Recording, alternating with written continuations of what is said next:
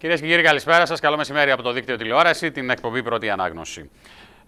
Πάμε γρήγορα για να έχουμε πολύ χρόνο, όσο μπορούμε να έχουμε στη διάρκεια της εκπομπής, να συζητήσουμε για τα πολιτικά ζητήματα και τις εκλογές οι οποίες είναι μπροστά μας, τοπικές και ευρωεκλογές. Πάμε να δούμε την πρώτη σελίδα των εφημερίδων. Θα ξεκινήσουμε από την Εσπρέσο, η οποία έχει θέμα της τον Νότι Σφακιανάκη, τον οποίον έπιασε η εφορία. Ο Νότης στα σαγόνια της εφορίας, λέει. Ο εκκεντρικός τραγουδιστής σε νέες περιπέτειες δεν πλήρωνε το χαράτσι μέσω ΔΕΗ, του δέσμευσαν τις καταθέσεις και του πήραν ήδη 26.000 ευρώ. Απειλεί το Υπουργείο Οικονομικών με μηνύσεις και αγωγές. Πιο πάνω διαβάζουμε τρόμο στον Κορυδαλό τη νύχτα της Ανάστασης, απόπειρα απόδρασης από Έλληνα και Ρουμάνο που απετράπει με τη βοήθεια Αλβανού. Η άγρια χιλόπιτα της Τριερβελέρ στον Νικολά Σαρκοζή, έχει προβλήματα κι αυτός. Και αλλάζουμε εφημερίδα, πάμε στην Gold News. Ολυμπιακός και Παναθηναϊκός ισοφάρισαν από 0-2 σε 2-2 και σκόρπισαν τον δρόμο σε Μαδρίτη και Μόσχα. 71-62 Ολυμπιακός και 73-72 που κέρδισε ο Παναθηναϊκός. Άθλοι Ελλήνων, όπως γράφει η εφημερίδα. Μπράβο στις ελληνικές ομάδες για τις επιτυχίες τους.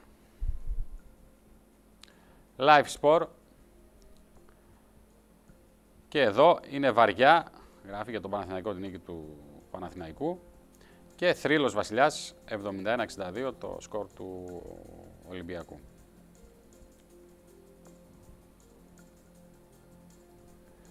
Η Sport Day της Ελλάδος στα παιδιά και εδώ τα δύο παιχνίδια μπάσκετ μονοπολούν το ενδιαφέρον και το πρωτοσέλιδο της εφημερίδας. Με απίστευτο πάθος και συγκλονιστική άμυνα, Ολυμπιακός και Παναθηναϊκός τσάκισαν Ρεάλ και Τσέσεκα και πάνε για το μεγάλο κόλπο σε Μαδρίτη και Μόσχα.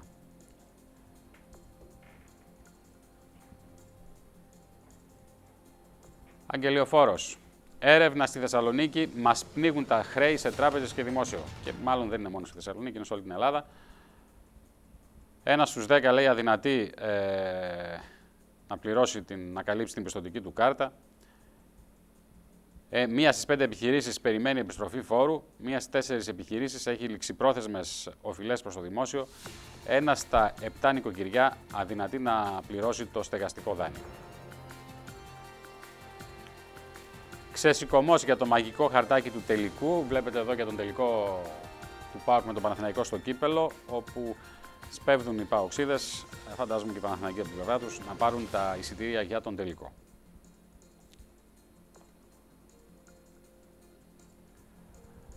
Γαύρος, οέ, στην Μαδρίτη ερχόμαστε να σας. Τελείες. 71-62, χθες λοιπόν η νίκη του Ολυμπιακού.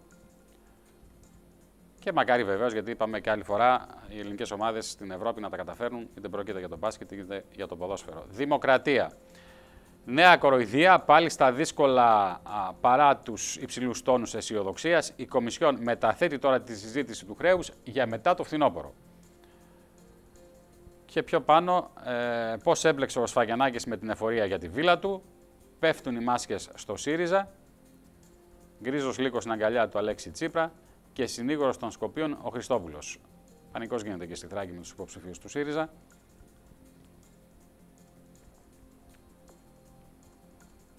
Έθνος. Και τώρα ας κάνουν το χρέος τους. Ανοίγει συζήτηση για την ελάφρυνση μετά τη Eurostat. Το φάντασμα του χρέους απειλεί όλες τις χώρες της Ευρωζώνης. Στο τραπέζι των Βρυξελών από σήμερα όλα τα σενάρια. Επίσης η εφημερίδα έχει ένα θέμα με τις συντάξεις, ποιες μητέρες ανηλίκων βγαίνουν τώρα στη σύνταξη. Και κάτω η αθλητική είδηση, θρύλος και Παναθηναϊκός φτιαγμένοι από ατσάλι. Το σύνδρομο της Θράκης ξαναχτύπησε τον ΣΥΡΙΖΑ. Γκάφα με Τούρκο εθνικιστή.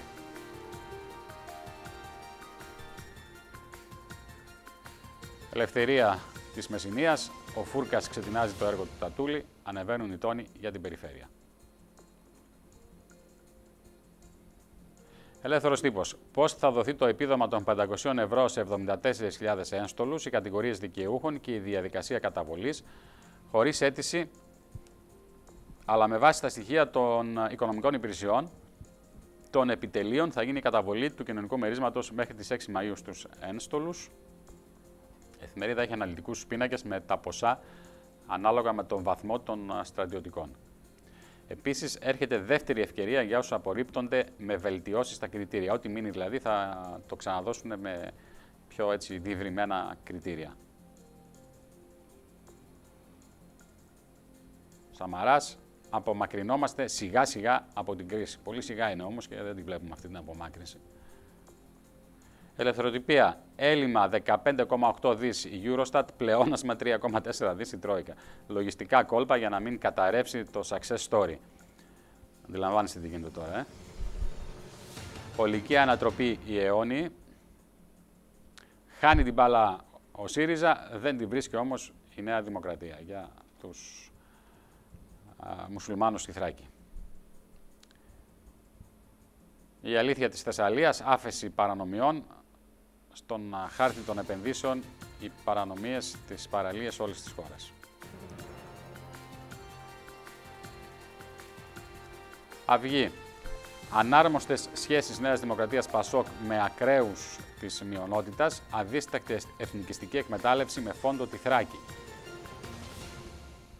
Στον απόϊχο της αποσυρθήσεως υποψηφιότητας της Σαμπιχά, Νέα Δημοκρατία και ΠΑΣΟΚ επιδίδονται σε διχαστικά κηρύγματα με στόχο το ΣΥΡΙΖΑ, διαφορώντας για τις επιπτώσεις στην ευαίσθητη περιοχή της Θράκης, λέει η εφημερίδα Αυγή. Ο Σαμαράς εκπροσωπεί και επιδιώκει την ανομαλία, είπε ο Τσίπρας από την Κρήτη.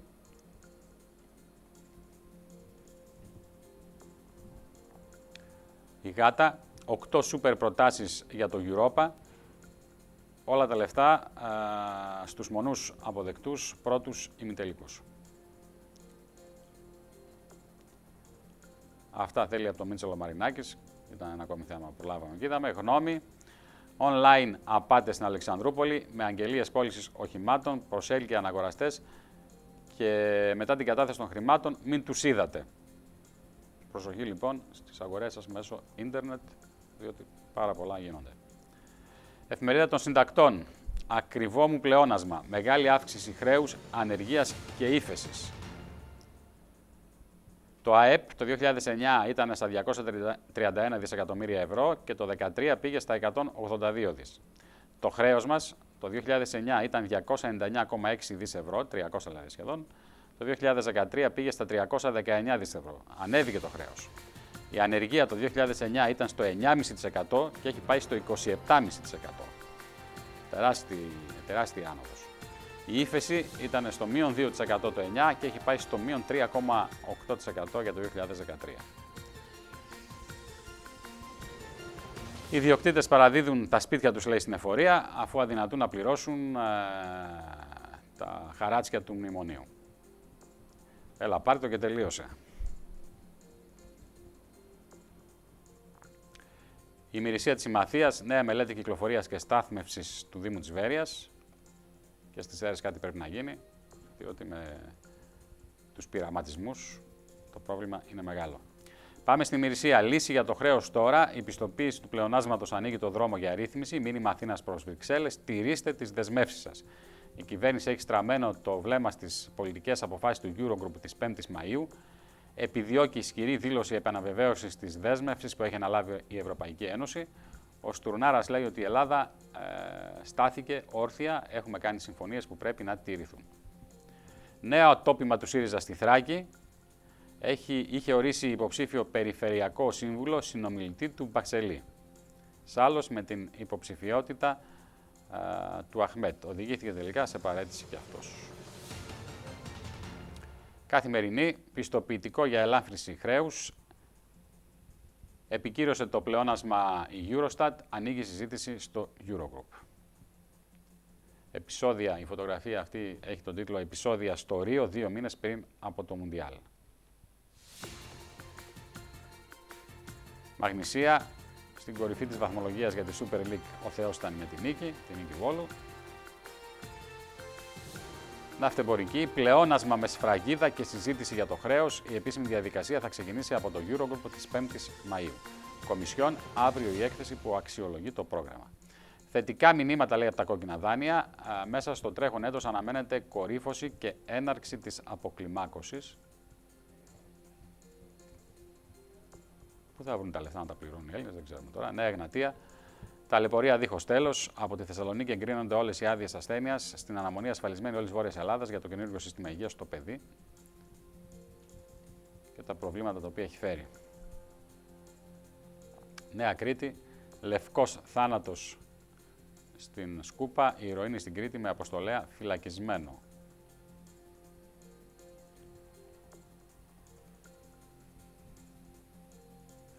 Ο χρόνος Κομοτηνής.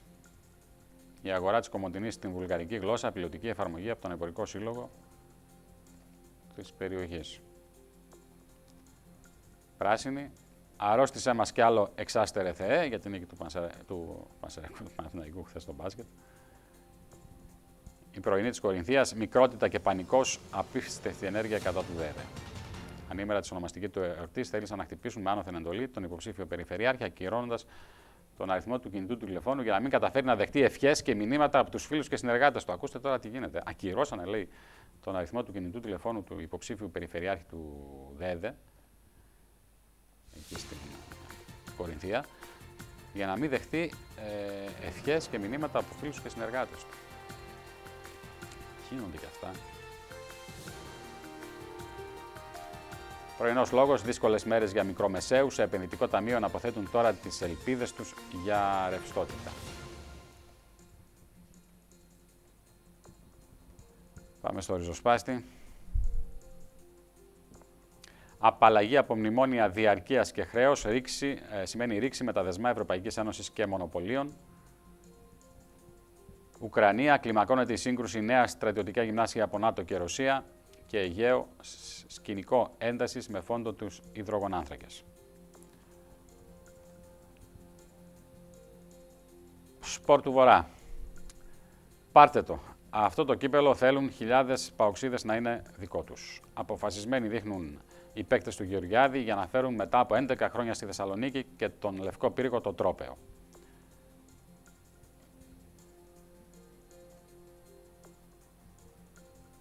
Τα νέα, η Οδύσσεια των Ελλήνων έως το πρωτογενές πλεόνασμα,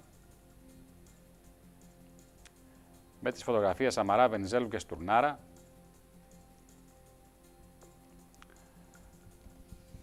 24 ώρες θα έχουμε δημοσιονομικό πλεόνασμα από το 2015, διαβεβαίωσε ο Σαμαράς. Η Ελεύθερη Ώρα, παρακρατική δολοφονική επίθεση στον Ισαΐα Κωνσταντινίδη, φωτογραφίες σοκ, νοσηλεύεται στον Ευαγγελισμό με κρανιοεγκεφαλικές κακώσεις. Χτύπησαν μερόπαλο στο κεφάλι τον αντιμνημονιακό δημοσιογράφο της Ελεύθερης Ώρας, μέρα μεσημέρι στα Εξάρχεια. Τον δημοσιογράφο της εφημερίδας. Αλβανική ΕΕΠ, απόσχηση της Χιμάρας με το μοντέλο της Κριμαίας, ενώ τα ελληνικά κόμματα ρίχνουν νερό στο μήλο της Τουρκίας στη Θράκη. Δεν έχει άδικο η εφημερίδα σε αυτό το θέμα. Και τέλος η εφημερίδα Λόγος, πρωτογενές πλεόνασμα με τη βούλα της Eurostat, Κομισιόν, βιώσιμο, λέει, το ελληνικό χρέος, Μίχαλος, στροφή στην ανάπτυξη και τερματισμός της λιτότητας. Πού τα βλέπουν όλα αυτά. Σαμαράς, θεμελιώνουμε το μέλλον της Νέας Ελλάδας. Τι ωραία που τα λένε. Λοιπόν, αυτά για την πρώτη σελίδα των εφημερίδων, πώς βλέπουν και καταγράφουν την επικαιρότητα οι εφημερίδες. Πάμε να δούμε και τις καιρικές συνθήκες, καθώς όπως σας είπαμε η εβδομάδα αυτή θα κυλήσει με νεφώσεις και κάποια διαστήματα βροχόπτωση. Καταρχάς, βλέπουμε εδώ ότι πάνω από τα όρια επιφυλακής βρίσκεται η στάθμη στον Εύρο. Ωστόσο, σύμφωνα με πληροφορίες από τις τοπικές αρχές, το φαινόμενο παρακολουθείται από τις αρμόδιες υπηρεσίες και δεν συντρέχει λόγος ανησυχίας προς το παρόν δηλαδή, παρά το γεγονός ότι έχουν ανέβει τα όρια της στάθμης στον Εύρο. Αυτή την ώρα στην Κίμηση έχουμε 23 βαθμούς με 14 τη χαμηλότερη, στο Λαηλιά στο βουνό 12 βαθμούς με 10 τη χαμηλότερη και στην πόλη των Σερών έχουμε 25 βαθμούς με 13 τη χαμηλότερη. Για τη συνέχεια τώρα προβλέπεται να αυξηθούν οι νεφώσεις και το βράδυ απόψε έχουμε βροχή. Αύριο ο καιρός θα συνεχίσει να είναι συννεφιασμένος και η θερμοκρασία από 15 έως 19 βαθμούς. Το Σάββατο επίσης συννεφιασμένος ο καιρός και το βράδυ του Σαββάτου, ξημερώματα Κυριακής, έχουμε βροχές. Η θερμοκρασία το Σάββατο από 15 μέχρι 19 βαθμούς. Την Κυριακή λοιπόν βροχερός ο καιρός και θερμοκρασία από 12 μέχρι 13 βαθμούς, πέφτει η θερμοκρασία, αλλά δεν πέφτει η ελάχιστη, πέφτει η μέγιστη τιμή. Και τη Δευτέρα επίσης συνεχίζουμε με βροχή και τη θερμοκρασία από 13 μέχρι 20 βαθμούς τη Δευτέρα. Ανεβαίνει η θερμοκρασία, εξακολουθούν οι βροχοπτώσεις. Έρχεται ένα κύμα λοιπόν βροχοπτώσεων από το Σάββατο το βράδυ ουσιαστικά και κάποιες βροχές παραμένουμε σήμερα το βράδυ. Να δούμε την δορυφορική εικόνα. Αυτή λοιπόν είναι. Εδώ βλέπετε με τη συμπαγή νέφωση στα δυτικά της χώρας, η οποία θα κινηθεί ανατολικά και θα μας επηρεάσει το βράδυ, εξού και η βροχόπτωση που αναμένουμε σήμερα το βράδυ. Η δορυφορική εικόνα της Ευρώπης, βλέπετε εδώ υπάρχουν κάποια συστήματα και βόρεια της χώρας μας και εδώ στα δυτικά της. Υπάρχουν και στην Γαλλία, Ισπανία, Πορτογαλία και εδώ πάνω στην Αγγλία. Υπάρχουν δηλαδή κατά τόπους διάφορα συστήματα αυτή τη στιγμή στην γυραιά Ήπειρο. Πάμε σε μικρή διακοπή και σε λίγο είμαστε και πάλι κοντά σας.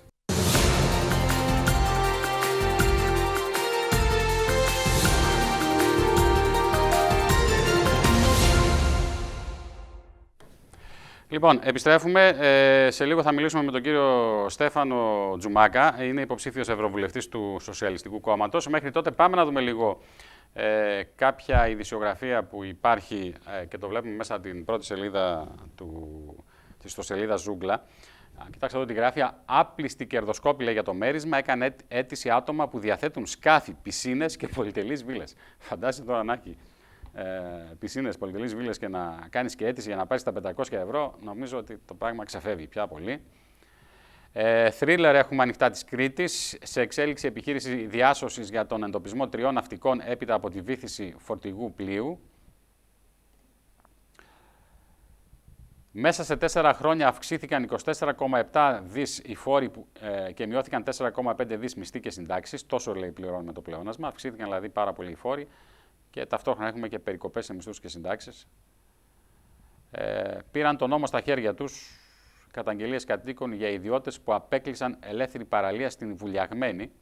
Συνεργεία χωρίς άδεια τοποθέτησαν κάγκελα. Αντιδράσεις των πολιτών ματέωσαν, λέει, τα σχέδια όσων ήθελαν εκεί να αποκλείσουν την περιοχή. Απολύουν και προσλαμβάνουν. Ενεκρίθησαν 14.000 θέσεις εργασίας μόνιμου προσωπικού στο δημόσιο. Και μία είδηση που αφορά το τελικό του κυπέλου. Επιποδός 4.000 αστυνομικοί για το μεγάλο αγώνα Παναθηναϊκού ΠΑΟΚ στο ΟΑΚΑ.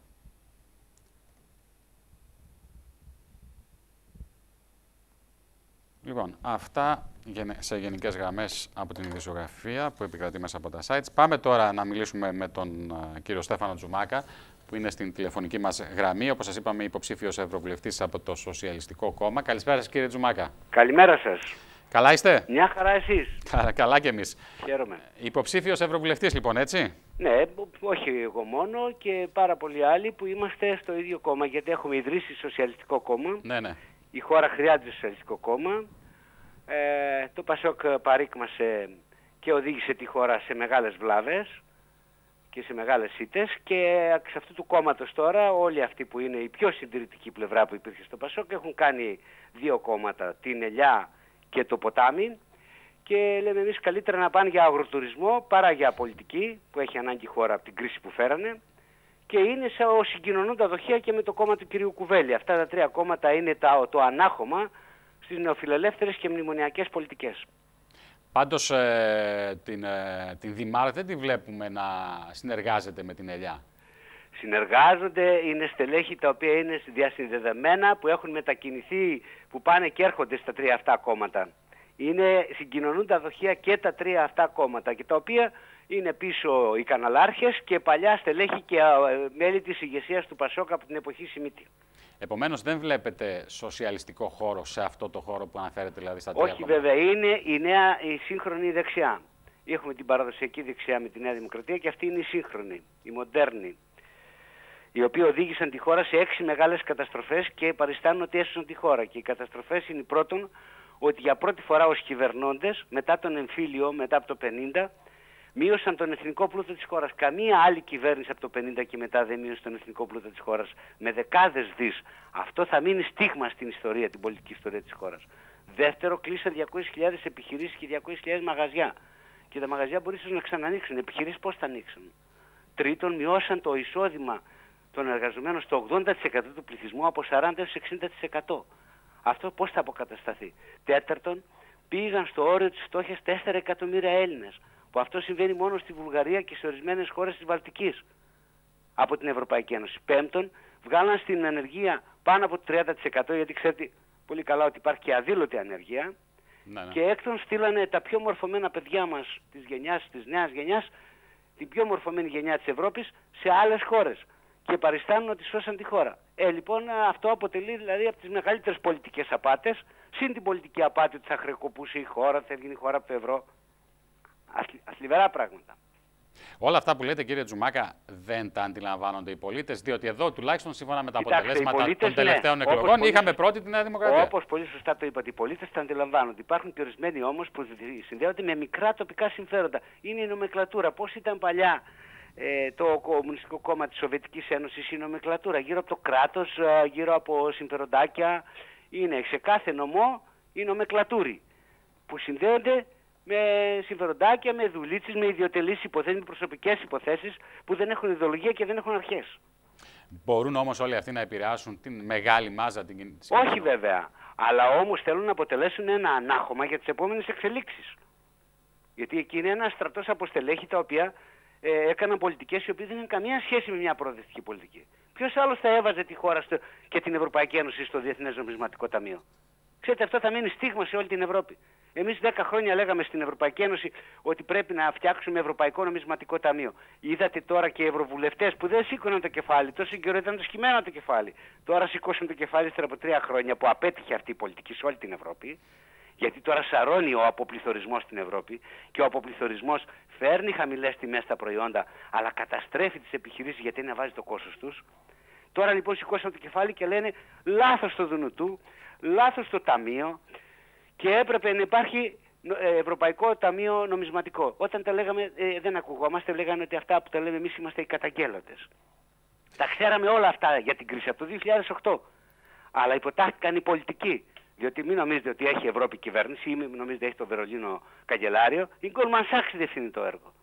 Γιατί τώρα που πήγαν στον αποπληθωρισμό, επιβάλλαν στην Ευρωπαϊκή Κεντρική Τράπεζα, μαζί με το χρηματιστήριο της Φραγκφούρτης βέβαια, μαζί με το χρηματιστήριο της Νέας Υόρκης, μαζί με το χρηματιστήριο του Λονδίνου, όλα τα χρηματιστηριακά κεφάλαια, να γίνει αυτό που λέγαμε από το 2008. Όπου λέγαμε η Ευρωπαϊκή Ένωση να διαθέσει χρήμα. Η Ευρωπαϊκή Κεντρική Τράπεζα δηλαδή. Και αυτοί λέγανε όχι, θέλουμε σκληρό νόμισμα. Τώρα που το σκληρό νόμισμα έφερε αποπληθωρισμό, τώρα που έφερε ύφεση, τώρα που έφερε ανεργία, τώρα που έφερε φτώχεια, θέλουν να το γυρίσουν. Γιατί οι αγορές ξαφνικά, ενώ έλεγαν ότι η Ελλάδα είναι ανυπόληπτη και αναξιόχρεη και δεν τη δανείζουμε, με το μεγαλύτερο χρέος τώρα και με το ίδιο έλλειμμα λένε δώστε μας εδώ τα ομόλογα. Γιατί τώρα με τον αποπληθωρισμό θα κερδίσουν. Έχουμε λοιπόν μια επέλαση των κερδοσκοπικών κεφαλαίων. Δεν έχουμε να κάνουμε το παραγωγικό κεφάλαιο και με τις επιχειρήσεις που εμείς ήμασταν πάντα. Γιατί η Ελλάδα, χώρα, οποιαδήποτε χώρα, και η Ελλάδα μας, χωρίς επιχειρήσεις δεν μπορεί να πάει πουθενά, χωρίς προϊόντα δεν μπορεί να πάει πουθενά, χωρίς θέσεις εργασίας δεν μπορεί να πάει πουθενά. Ναι, αλλά όλη αυτή η εικόνα που δημιουργήθηκε, κύριε Τζουμάκα, στην Ελλάδα δεν είναι προϊόν των τελευταίων μόνο 3, 4, 5 ετών. Ναι, όλες οι χώρες είχαν τα ίδια προβλήματα. Αυτή η ανάγνωση δεν είναι αληθής. Είχαν τα ίδια προβλήματα. Και συνεχίζουν να τα έχουν. Έτσι είναι σε όλες τις καπιταλιστικές χώρες. Να έχουν προβλήματα χρέους, να έχουν προβλήματα ελλείμματος, να έχουν προβλήματα στην παραγωγή τους. Αλλά εδώ επέλεξαν, διότι αυτοί χάσαν με την κρίση του 8 350 τρισεκατομμύρια δολάρια. Όταν ξέσπασε η κρίση, η ανθρωπότητα παρήγαγε κάθε χρόνο προϊόντα και υπηρεσίες αξίας 70 τρισεκατομμυρίων δολαρίων. Και αυτοί είχαν φτιάξει χαρτιά και τίτλους αξίας ενός 4,5 εκατομμυρίων δολαρίων. 20 φορές πάνω από τον πραγματικό πλούτο της γης. Και χάσαν μέσα σε 3 μήνες το 35% γύρω στα 350 τρισεκατομμύρια δολάρια. Είχαν δανείσει όλες τις χώρες του ΟΗΕ 42 τρισεκατομμύρια δολάρια, εκ των οποίων και την Ελλάδα 270 δις. Σιγά το θέμα. Όλες οι χώρες είχαν δανειστεί. Αλλά όμως σου λέει τώρα εδώ τι αρπάξουμε.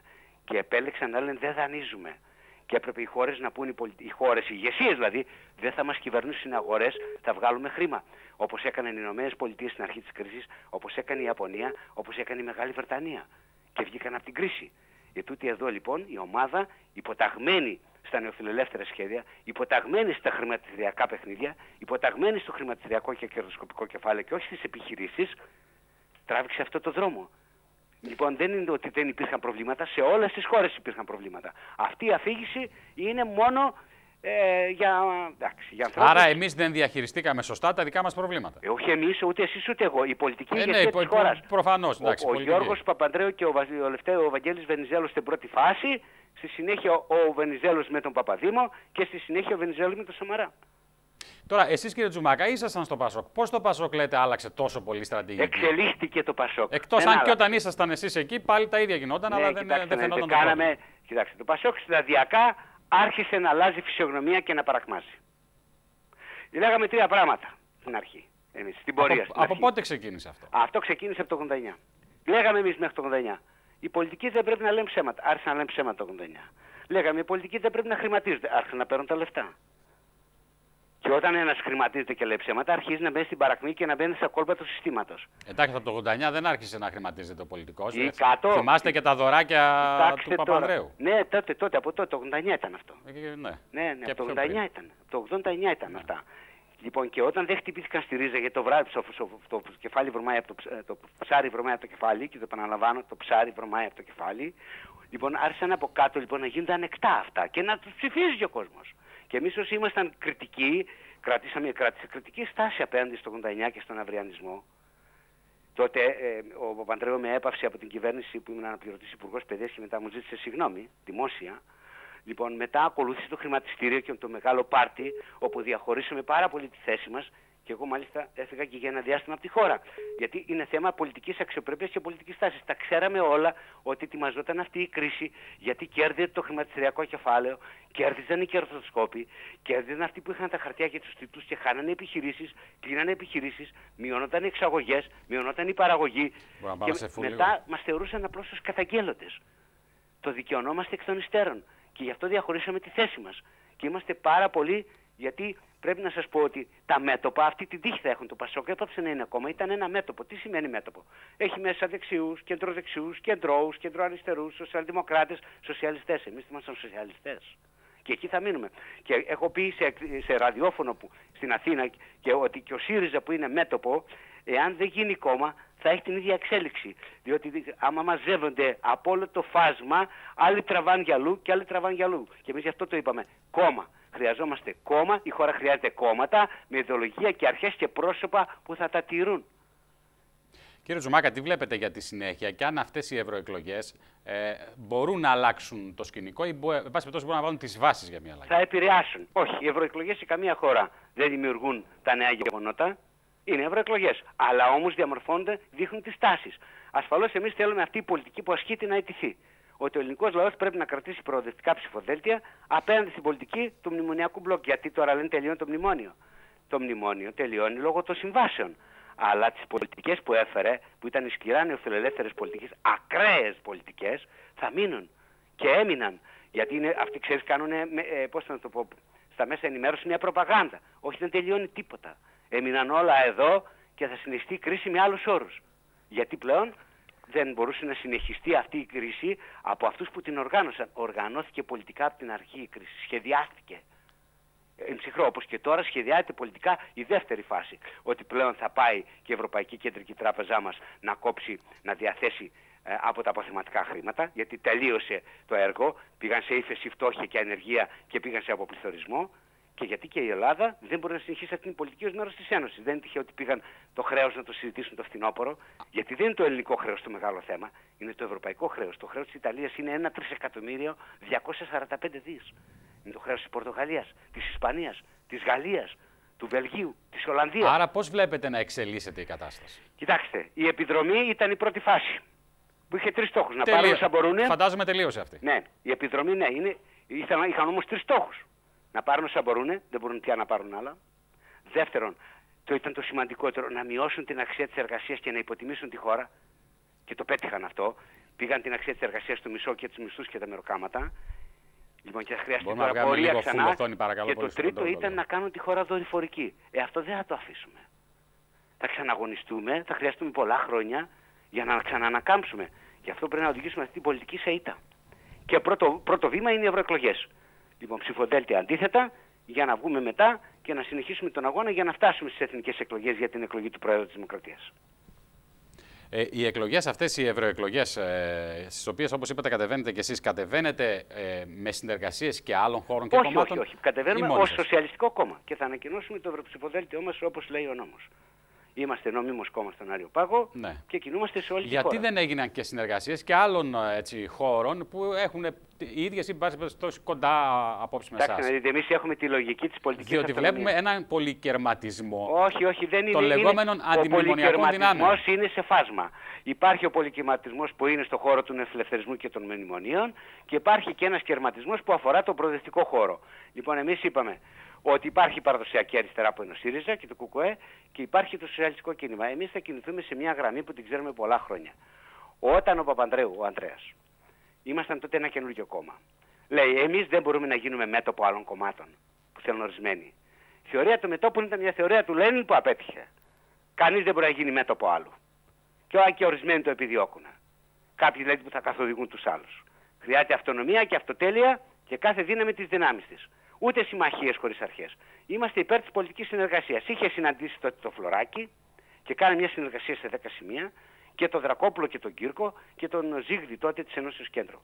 Είμαστε υπέρ των πολιτικών συνεργασιών και μόνο σε αυτές και στα θέματα που συμφωνούμε. Γιατί αποδείχθηκε ότι τα μέτωπα, τα σχήματα όλα αυτά έχουν ποια είναι η βάση της πολιτικής. Γιατί τι λένε τώρα, ακούω μερικούς και λένε. Αυτή η Βουλή, το έχετε παρακολουθήσει από τον Αύγουστο, πρέπει να αλλάξει πρωθυπουργό. Αλλά να μην είναι η ίδια κυβέρνηση, η ίδια πολιτική. Δεν ακούγατε τον κύριο Κουβέλη που έλεγε από τον Αύγουστο αυτή η Βουλή μπορεί να βγάλει έναν πρωθυπουργό? Μετά δεν τα ακούγατε? Κατά καιρούς έρχονται αυτά τα σενάρια. Δεν έρχονται τυχαία, τα προωθούν ορισμένα συμφέροντα. Κοιτάξτε να δείτε, είχαν ένα σχέδιο. Οργάνωσε την πολιτική ο Παπανδρέου. Μετά τον αντικατέστησαν με τον Παπαδήμο και συνέχισαν την ίδια πολιτική. Μετά τον αντικατέστησαν με εκλογές και συνέχισαν την ίδια πολιτική. Και τώρα σου λέει να αλλάξουμε τον πρωθυπουργό, λες του φταίει ο πρωθυπουργός, αλλά να συνεχίσουν την ίδια πολιτική για να εκτονώνουν τον κόσμο. Να μην υπάρχουν εκλογές δηλαδή ουσιαστικά, λέτε, εθνικές. Ναι, ακριβώς, και να εκτονώνουν τον κόσμο. Ότι το πρόβλημα είναι η κυβέρνηση, όχι ποια πολιτική έχει. Ναι. Όπως λένε τώρα και αυτοί στο Πασόκ, ότι τους φταίει ο αρχηγός που είναι τώρα. Όχι οι πολιτικοί που άσκησαν, που κατέστρεψαν τη χώρα και τη διέλυσαν. Παίζουν πολιτικά παιχνίδια δηλαδή. Βλέπετε ότι στις ευρωεκλογές τουλάχιστον, γιατί υπάρχουν και οι περιφερειακές εκλογές, αλλά νομίζω ότι πια εκεί περισσότερο τα τοπικιστικά φαινόμενα είναι χαρακτηριστικά, είναι αυτά τα οποία κυριαρχούν. Εάν το αποτέλεσμα των ευρωεκλογών θα φέρει εθνικές εκλογές. Θα φέρει εθνικές εκλογές. Κοιτάξτε να δείτε, είναι υποχρεωτικό. Ξέρετε, τελειώνει η θητεία του κυρίου Παπούλια το Μάρτιο του 2015. Μέχρι το Μάρτιο του 2015, αυτό το επόμενο 8μηνο, 10μηνο που είναι, θα πρέπει να υπάρχουν διαδικασίες που θα εκλεγεί ο νέος πρόεδρος. Σύμφωνα με το Σύνταγμα, αυτή η Βουλή για να εκλέξει πρόεδρο θέλει 180 βουλευτές. Ένα μέρος του συστήματος το επιδιώκει αυτό και το έχουμε πει στην κεντρική μας επιτροπή που κάναμε πριν 15 μέρες. Ότι έχουν στρατηγική προεδρικής πλειοψηφίας να συγκεντρώσουν 180 βουλευτές από αυτή τη Βουλή για να εκλέξει πρόεδρο. Δεν φαίνονται όμως να συγκεντρώνονται. Ναι, ασφαλώς και δεν μπορούν. Ναι. Λοιπόν, αλλά να ξέρετε, η επιδίωξή τους είναι αυτή. Να εκλέξουν πρόεδρο Δημοκρατίας από τη Βουλή και να πάνε σε εκλογές τον Ιούνιο του 2016. Αλλά αυτό δεν μπορεί να συμβεί. Υπάρχει και το εκλογικό σώμα, θα πει τώρα τη γνώμη του, που ασφαλώς θα επηρεάσει την κατάσταση και μετά, κατά τη γνώμη μου, μέχρι τον Φλεβάρι θα πρέπει να προκυριστούν εκλογές που να εκλεγεί η νέα Βουλή, να εκλέξει πρόεδρο Δημοκρατίας και νέα κυβέρνηση, η οποία θα είναι πολυκομματική. Δεν θα υπάρξουν πια μονοκομματικές κυβερνήσεις. Το εκλογικό σώμα είπε από τον Ιούνιο του 2012. Τέλος οι μονοκομματικές κυβερνήσεις στην Ελλάδα για μια μακρά περίοδο. Πολυκομματική θα είναι και η επόμενη κυβέρνηση. Βλέπετε τις εθνικές εκλογές αμέσως μετά τις ευρωεκλογές ή Κοιτάξτε να δείτε, εγώ βλέπω ότι υπάρχει ένα θέμα από το χρέος, όπου πια η Ευρωπαϊκή Ένωση επέβαλε η συζήτηση να γίνει το φθινόπωρο. Θα πήγε το φθινόπωρο, θα πάει. Ναι. Άρα λοιπόν είναι ένα σοβαρό θέμα αυτό. Μέχρι τότε επομένως δεν θα έχουμε κάτι. Εκ των πραγμάτων νομίζω πως όχι. Μάλιστα. Οπότε οι εξελίξεις μας είναι μπροστά. Κύριε Τζουμάκα, να σας ευχαριστήσω και τελειώνοντας, δεν ξέρω αν θέλετε να πείτε κάτι άλλο. Όχι, να είστε καλά και εμείς συνεχίζουμε τον αγώνα και ζητάμε από όλους τους προοδευτικούς ανθρώπους να στηρίξουν και να δώσουν ψήφο στους υποψηφίους μας. Σας ευχαριστώ, και κύριε Τζουμάκα. Θα είναι υποψήφιος εκεί ο Άρης ο Μουσιώνης, που είναι και παλιά. Θα είναι ο Άρης ο Μουσιώνης εδώ σε εμάς, έτσι. Ναι. Και αυτός πρώην στέλεχος του Πασόκ. Ναι. Μάλιστα.